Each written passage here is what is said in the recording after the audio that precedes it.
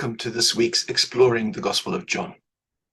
This week we're now starting to see the trials of Jesus before the crucifixion takes place. And there's a number of trials. He gets met by Annas and then Caiaphas and then through to Pilate himself. And so we see this process of the interaction between the Roman authorities and the Jewish authorities.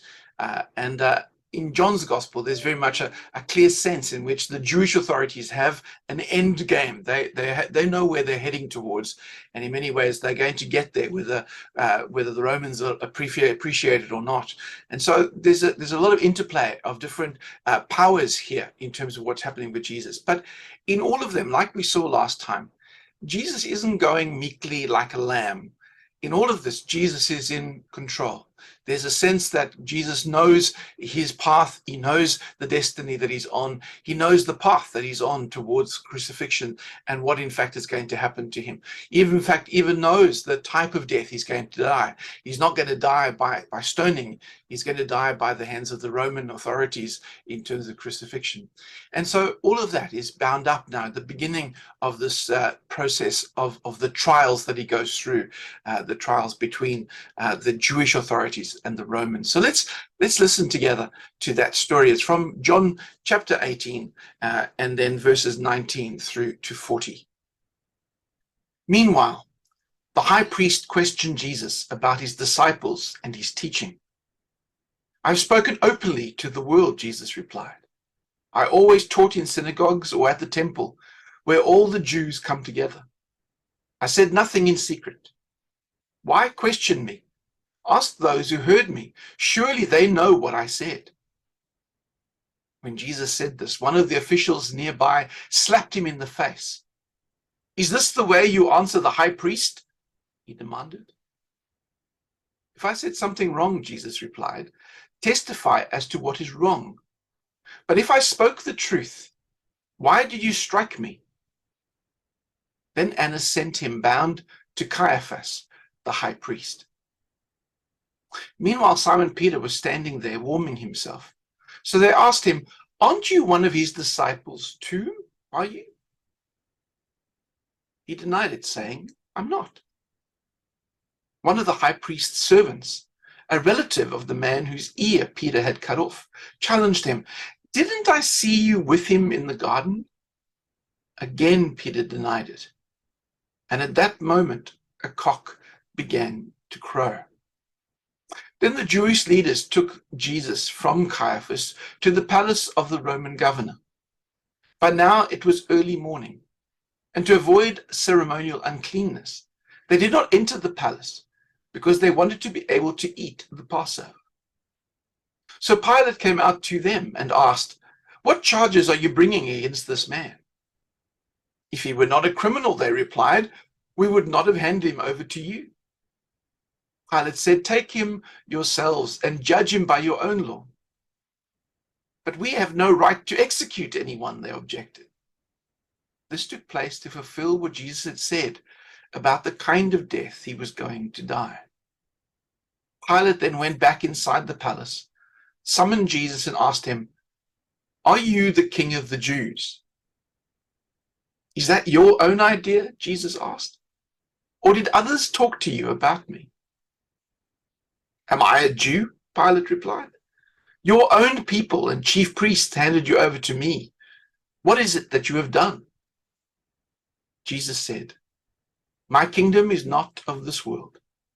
If it were, my servants would fight to prevent my arrest by the Jewish leaders.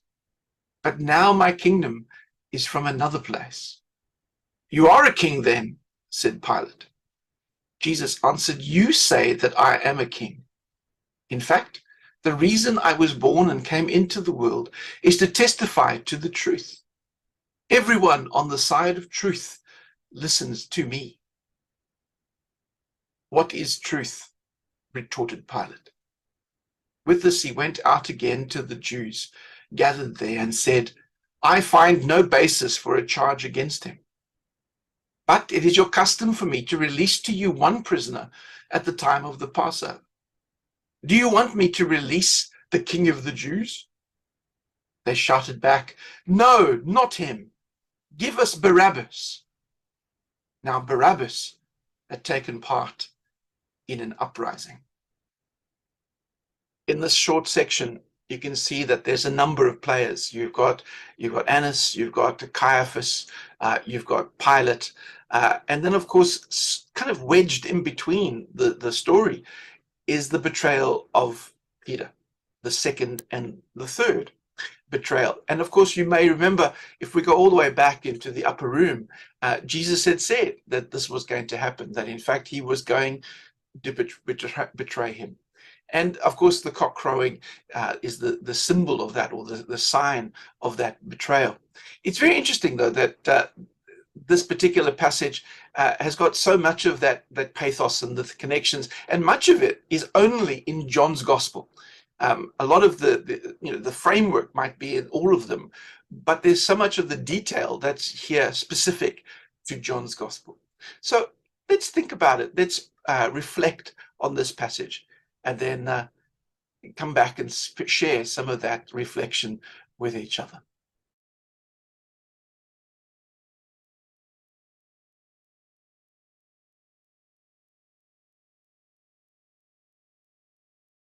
Welcome back. As we dive a little deeper into the context of the environment, we want to deal with some of those images or the connections that we have there. And in terms of context particularly, I want to talk about the high priest. Now, it's interesting in this passage, it seems a little confusing. There almost seems to be two high priests, because you've got Annas and Caiaphas. But just to kind of deal with the confusion of that, is that the high priest was really an elected position, and it was one which changed every year.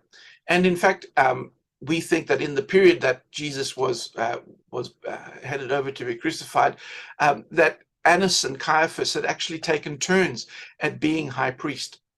And in fact, the family of Annas had actually been high priest for a number of different years. So when it says that it goes to Annas and then to Caiaphas, it's really we're talking about the two top Jewish religious leaders. And of course, you need to remember that in terms of the faction would be the faction called the Sadducees.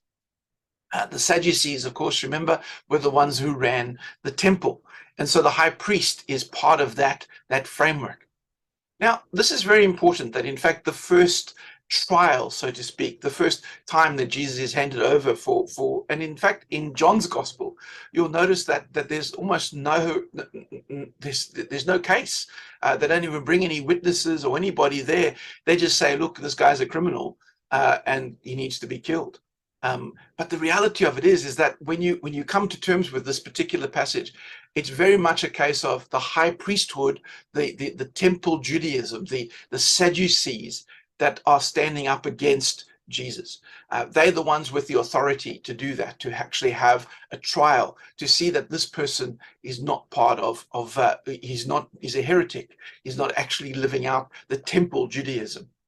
And that's very important for John, because what John is saying is that Jesus is something new. Jesus is actually wanting to bring about a change in Judaism. He's wanting to overthrow the establishment of Judaism. And that's what Annas and Caiaphas represent in this passage. They are essentially symbols of that old concept.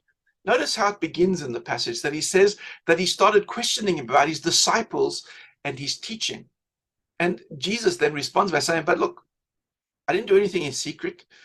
We're not some secret society. Everything I taught in the synagogue and in the temple. You could have come and listened. And in fact, you did come and listen. If not you per se, then of course the priests were there, the Sadducees were there. I was teaching out in the open.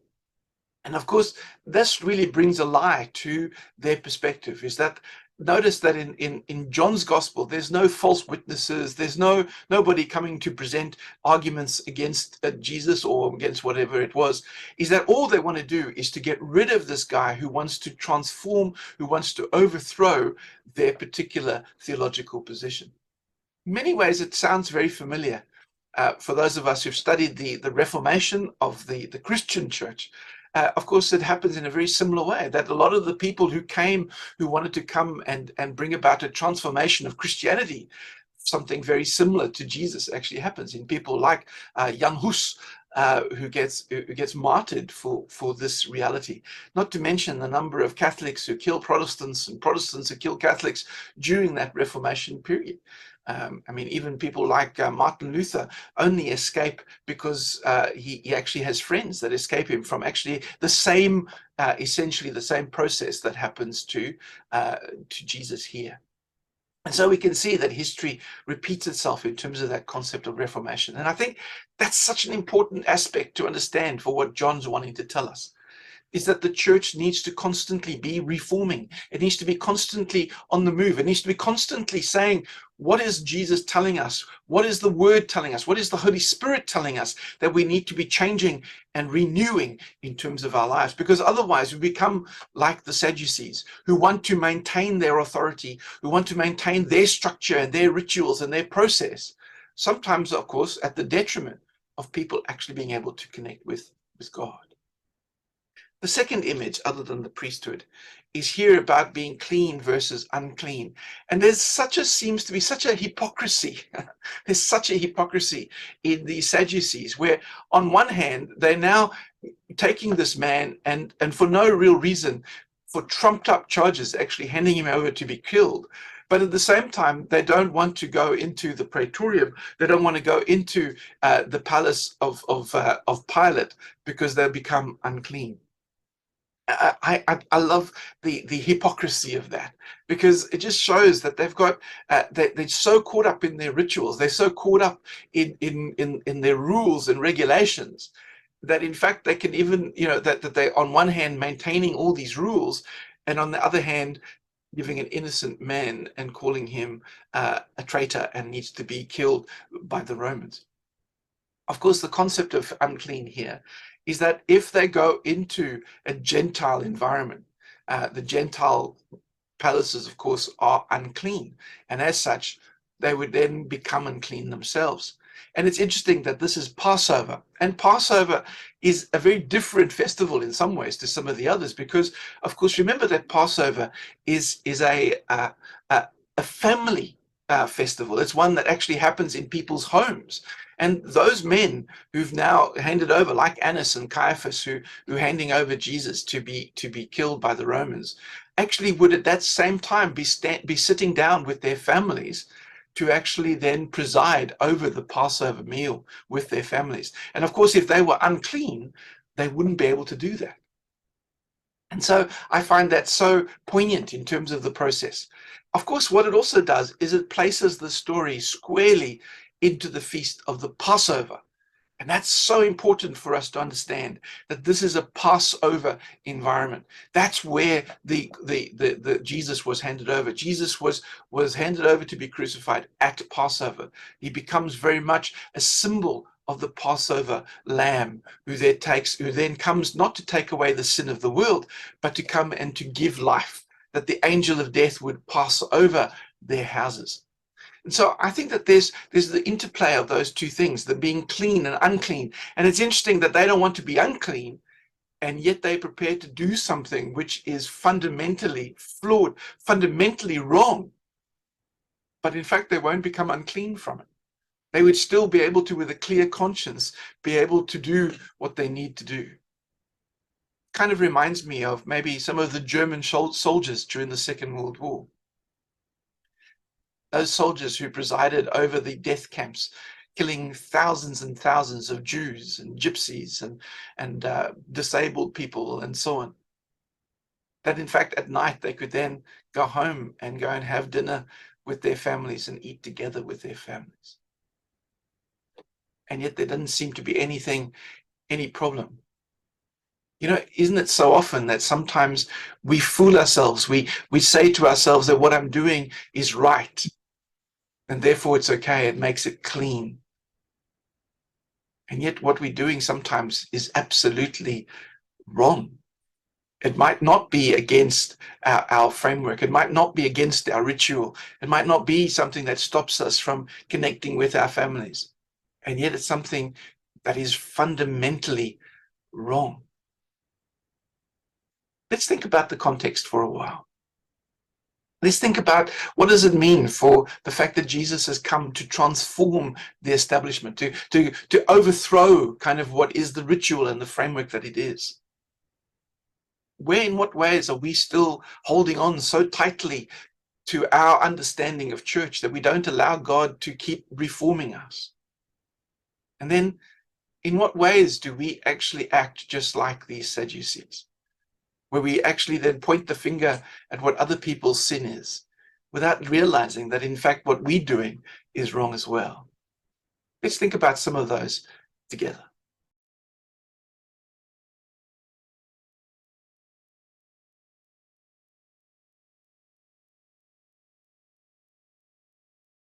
Welcome back. We're now going to look at two symbols, two symbolic names, two images that in fact this passage brings up, which I think are very important both for John and for our understanding of what Jesus came to do. The first one is that which Pilate in fact brings up, and he says, "Are you the King of the Jews? Are you the King of the Jews?" It's interesting for us to actually look at that. And I love Jesus' response in the passage. He says, "Did you come up with that, or did you hear about that?" It's almost in a sense of saying, where did that come from? Did that something is that was revealed to you, or is it something that you actually have just heard other people saying? But the King of the Jews. Now, the interesting thing here, of course, is that this has been a very important part of John's gospel, this concept of Jesus being somehow different. He's the king that was awaited. He was the one who came in the name of David. And it's the King of the Jews, the one who's come to rule over. And of course, this is again, just like in the previous section, we talked about the Sadducees not wanting to change their structure. We now have the Roman authorities who believe that they have all authority and power, that they can exercise their authority and power over the people. The interesting thing is that Jesus then becomes a threat to that, where he says, "Are you the King of the Jews?" Essentially, are you the one who is actually the rightful power and authority, the one who should be exercising that authority, not me? And in a sense, that's the second thing that Jesus does. On one hand, he reforms the religious framework, but also he's come as the King of the Jews. He's come as the King of the world, actually to come and to be the source of all authority. Even our secular authority should come from him rather than from our own sense of power. Because the way in which we would exercise power, the way in which, like the Romans do, we will see an example of that just now when in fact Jesus gets crucified. And it's at the crucifixion that they think that they are showing their true power, their authority to go and nail someone to a cross. When in fact Jesus says, "My kingdom is not of this world. And my kingdom's power is not of this world. My kingdom's power comes from God himself. And that kingdom will outlast, will outconnect, will outperform any kingdom." And in fact, you Romans think that you're so great, but your kingdom will come to an end. My kingdom will never end. And so if you're going to have a kingdom that has any legitimacy, then that legitimacy should come from us, from God. That legitimacy should not come from itself. Because when in fact a secular kingdom tries to get its authority, it has to exercise that, usually in violence. The kingdom of heaven is a different kingdom. Notice he says that if my kingdom was one of these kingdoms of the world, then my people would come and release me, would come and start a revolution. But in fact, that's not my kingdom. It's not a revolutionary kingdom. It's a kingdom of love. And that kingdom will transform all others. So I think that image of the king of the Jews, and therefore the king of the world, is such an important image in saying, what does it mean for us in terms of our secular authority and power? But that also needs to derive from the king. The second image is that, or the second name is that of Barabbas. And of course you will realize that Barabbas is a surname. It's not really a first name. Because Barabbas is actually two different words. It's Bar Abbas, which means the son of the Father, the son of the Father. Now, look, there's very little in the Bible that's by coincidence. That's by design. Because John absolutely, right from the beginning, has been telling us, in fact, from John chapter 1, has been saying that Jesus was there in the beginning, that he is the ultimate Son of the Father. And so do you see how that by using Barabbas, he's actually choosing between one son of the Father, God, and the Son of the Father, man. And so therefore, it's that Son of the Father, man, that actually makes the difference. And I think that in many ways, that's the issue here in terms of this passage. That this passage wants to tell us actually which son are you going to follow? Are you going to follow the Son of God, or are you going to follow the Son of the human beings? It tells you right at the end in verse 40, it says that he was part of an insurrection. And you can see that straight away, this whole passage then is all about the revolution of Jesus. That Jesus has come to change the world. That Jesus has come to change both the religious and the secular world. But differently to what we expect. He hasn't come to do it the way in which we would do it. He's come to do it in a way that still upholds who God is and God's authority and righteousness. As we think about this passage, as we think about Jesus being the King of the Jews, as we think about the fact that it comes against Jesus, the Son of God, versus Barabbas, the Son of humanity, in what way do we choose Barabbas rather than Jesus in our world today?